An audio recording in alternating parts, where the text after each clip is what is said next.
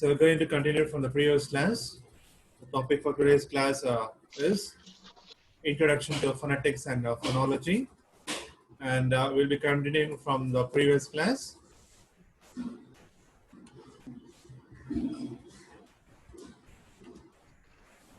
So the previous class, just we started the topic, the organs of speech.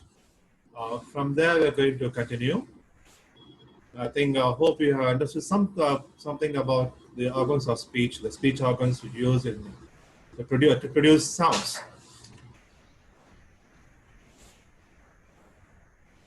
So, to begin with, the organs of speech, you have to understand there's two things, active and passive articulators. Active and passive articulators. Remember. So, the organs of speech, some are mobile and flexible. Example, tongue, lips. They are called active articulators. Remember, these two are active articulators, that is tongue as well as among the lip, the lower lip. Lower lip. Lower lip and the tongue. Both are active articulators. Why we call them active articulators? Because they are mobile and flexible. You can move your tongue. You can move your lip. So, these two are called active articulators. Remember, in examination, you will be asked questions based on this. Two more questions. What are active articulators? What are passive articulators? Remember, active articulators are tongue and the lips. That is the lower lip.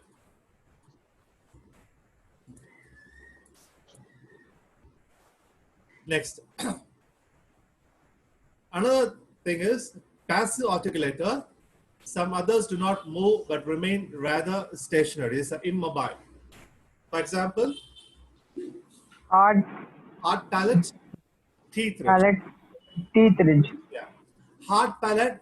What is hard palate? I will show you in diagram. Okay, in the picture later on. Hard palate is nothing but here, behind the teeth ridge. Behind the teeth ridge. This is teeth. Teeth ridge. Behind the part is what? Hard palate. So hard palate and is what? This teeth ridge like this. All are called what? Passive articulators. Active articulators, mobile, they are mobile and flexible. Passive articulators are immobile. Remember. It must be noted that when one of the active articulators touches any passive articulator, a sound is produced. For example, tongue is the active articulator. When it touches here, teeth ridge, here, we produce sounds like d.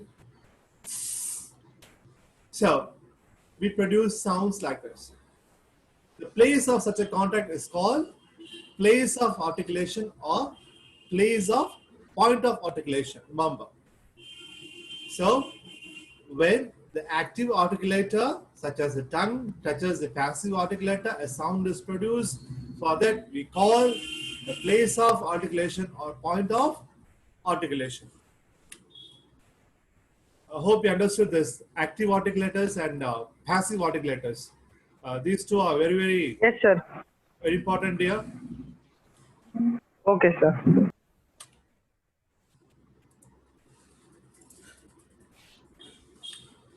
Next comes is vocal cords. The previous class I told you vocal cords in the case here in the larynx. It's the Adam's apple. Here you can feel it, touch here.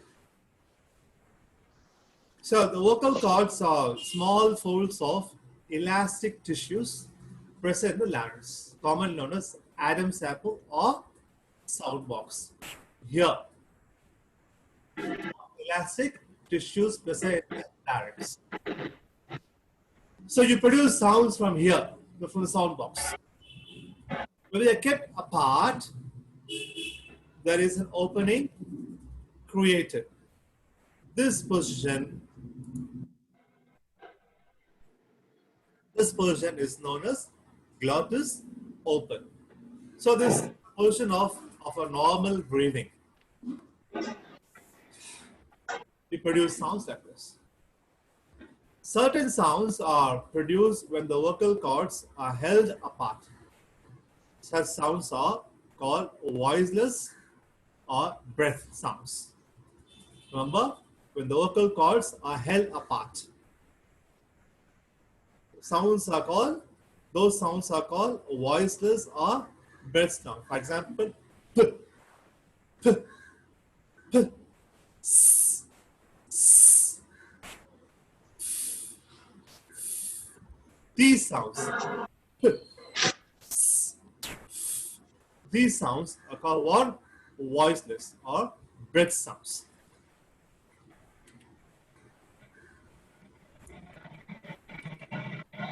Some other sounds are produced when the vocal cords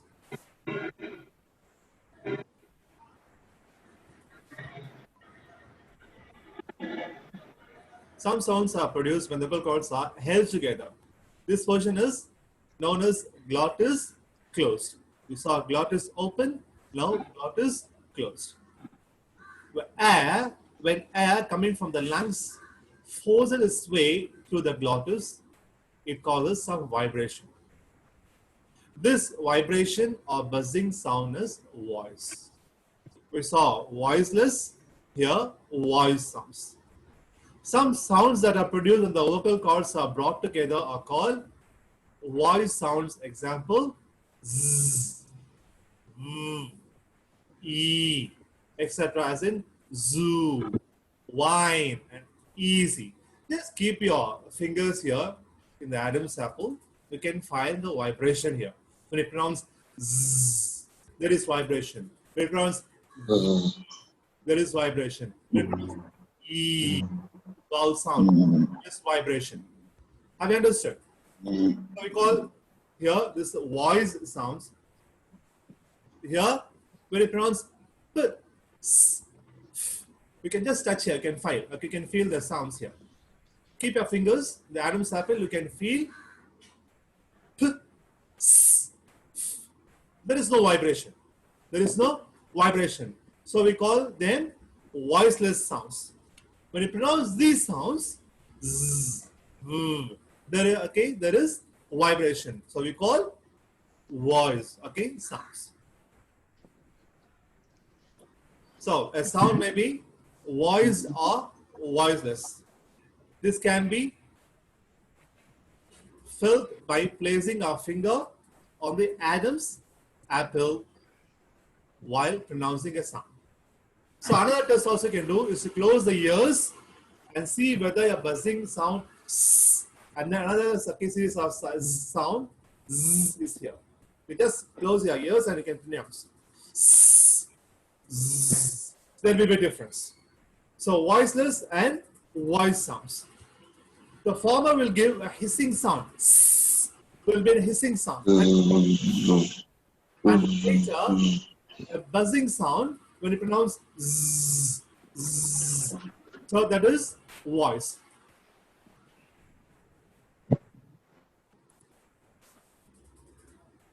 In English, all vowels and nasals are voice. Remember, in English, all vowel sounds and nasal sounds are voice.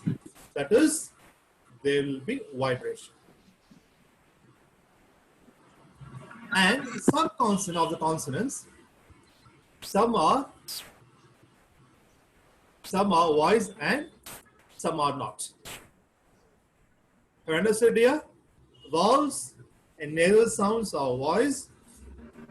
In consonants, some are voice and some are not, which we'll see in other classes. So I'll just play a sample video regarding the vocal cords, functioning of vocal cords. Just watch carefully.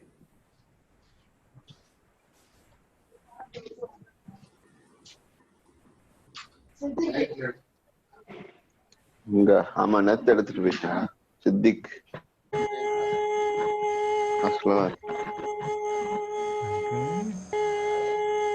Boost Dhama Please, 1 minute, please. Okay, mute நான் கொஞ்ச yourself. நேரம் கழிச்சு சாப்பிடுறேன் இப்போ Please, dear. Yasser audio ஆன்ல இருக்குடா. Please mute.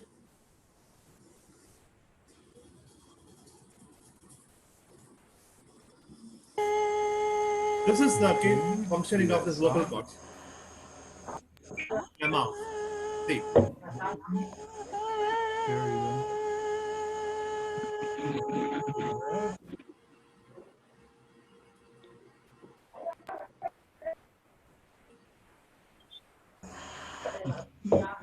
Live.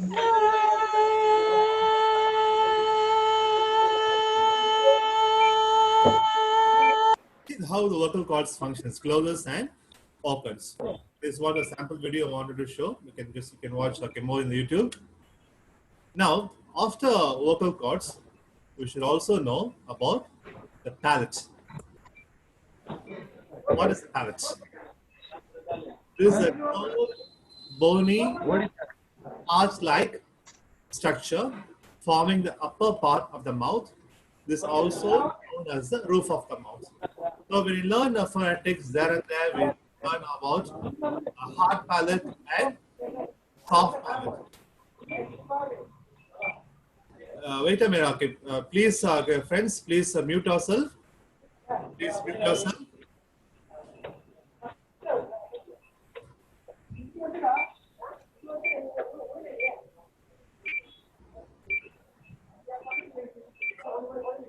I think some people have just switched on the video and doing something else, so they're not aware of what's happening. So this is what is called here, okay, palate here. I suggest, okay, before I say, this one is hard palate. I also call what? This palate is called roof of the mouth, hard palate. Behind the hard palate, we have this soft palate. So the hard palate is immovable. But the soft palate, also known as velum, is mobile. It can move, it can just raise and it can be raised as well as lowered. It acts as a valve in closing and opening the nasal passage of the air.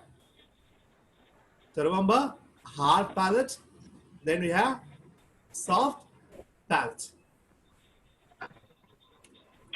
So just you can find this picture here.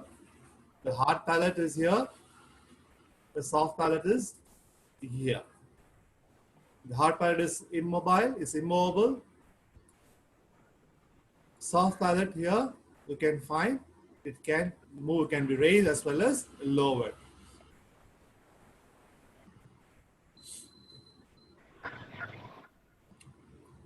Next comes okay, organs of speech, tongue. The tongue is the most mobile of the organs of speech.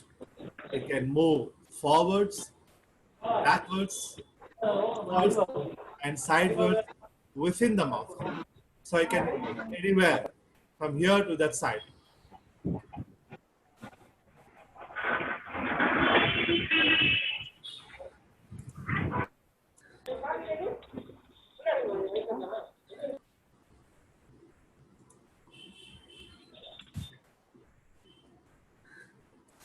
So just I muted them.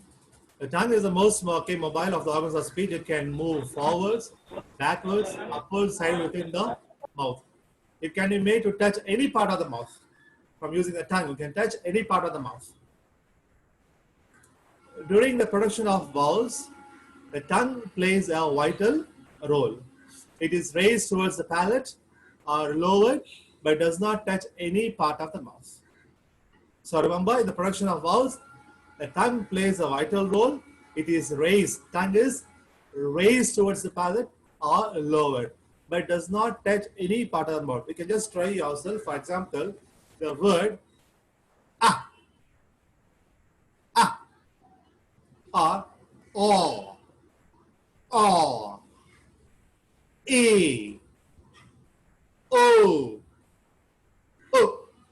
When you pronounce these vowel sounds, you can just find here tongue plays a vital role. It is either raised, tongue is either raised or lowered, but it doesn't touch any part of the mouth while when you pronounce vowel sounds. When you produce vowel sounds. Ah, oh, oh. So when you pronounce these sounds, just you can find here, tongue is raised or lowered, but what doesn't touch any part of the mouth. If it touches or rubs against any part within the mouth, then the sound produced will no more be a vowel but a consonant. So this is the major difference between the vowel and the consonants. We use tongue for both, that is for producing vowel sounds as well as consonant sounds. But while producing vowel sounds, the tongue doesn't touch any part of your mouth. But when it produces consonant sound, it touches or rubs. For example, you can produce the sound s, s, z, d, d, d, p, k, sh. So when you pronounce these sounds, you can find the tongue either touches or rubs some part of the mouth. So these are called consonants.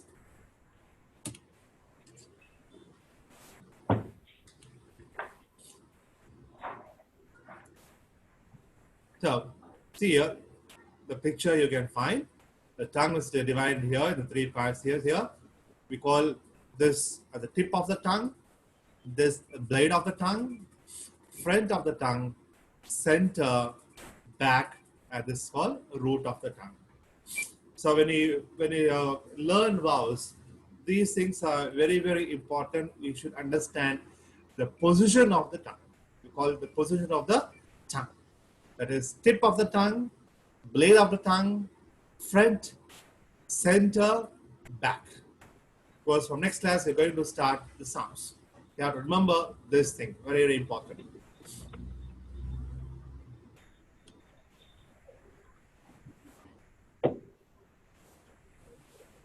So, next comes lips. The lips also plays an important role in the production of sounds. It is the lips that determine the quality of the vowels. The quality of the vowels changes according to the various positions the lips take. For example, the lips can be spread when you pronounce sounds like E. See, the lips are spread. E, as in E, C, P, K. So see, the lips are spread. Lips are spread. This vowel sound, E sound is here. E sound, E, B, C, K, Ni. The lips are spread. The lips can be also neutral, as in pen, e, pen, pen, den, ken, or open, rounded, as in pot, pot, cot, open, rounded. Either it can be spread, or it can be neutral, or it can be open, rounded. It can also be closed, rounded, as in pool, pool, pool, cool. Call this closed, closed, rounded. So lips can be either spread, as in B, neutral, round as in hot, or closed round as in pool. So see here.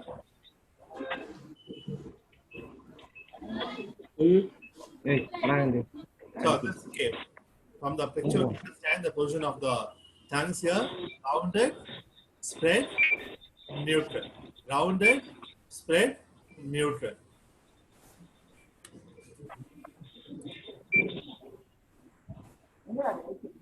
So comes teeth rich. Wait a minute here, this participants.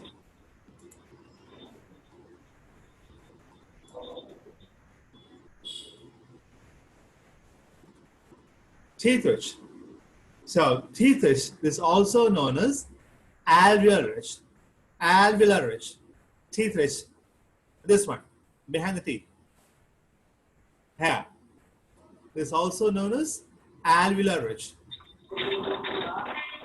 It is just behind the upper row of teeth. This part is rather rough. This part is rather, wait a minute. This just behind the upper row of teeth, this part is rather rough. When the tongue touches this part, certain sounds like d, s, z, l. You can just pronounce these sounds. When you pronounce this tongue, see the tongue here. The tongue just okay what? Here touches this teeth ridge. Or you can pronounce d, d. Here the tongue touches this teeth ridge. D or s, s, z, l, as in tame, Dane, sun, zoo, nut, or produce. So these sounds are called alveolars. Teeth ridge, also known as alveolar ridge, the sounds produced through alveolar ridge, we call them alveolars. Thank you, dear. And now it's time